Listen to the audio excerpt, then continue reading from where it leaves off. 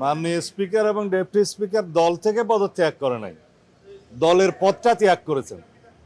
Standing কমিটির member হিসেবে উনি দায়িত্ব পালন করতে চান না নিরপেক্ষতার স্বার্থে, সেই জন্য অব্যাহতি চেয়েছেন। দলের প্রাথমিক সদস্য পদ আছে, দল ত্যাগ করেন নাই।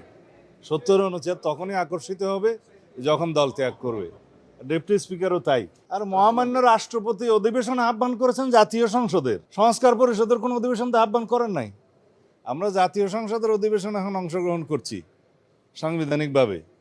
এখন জুলাই জাতীয় সনদ উইদিন ব্র্যাকেট সংবিধান সংস্কার পরিষদ, সেটার সদস্য হিসেবে কেউ কেউ শপথ নিয়েছেন। এটা সাংবিধানিকভাবে বৈধতা চ্যালেঞ্জ হয়েছে, মনে হয় জুডিশিয়ারিতে আছে, রুল জারি হয়েছে, সেটা জুডিশিয়ারির বিষয়। তবে কনস্টিটিউশনালি সেরকম কোনো পরিষদের অস্তিত্ব তো আমাদের সামনে নেই। Vision QLED Google TV, where colors come alive.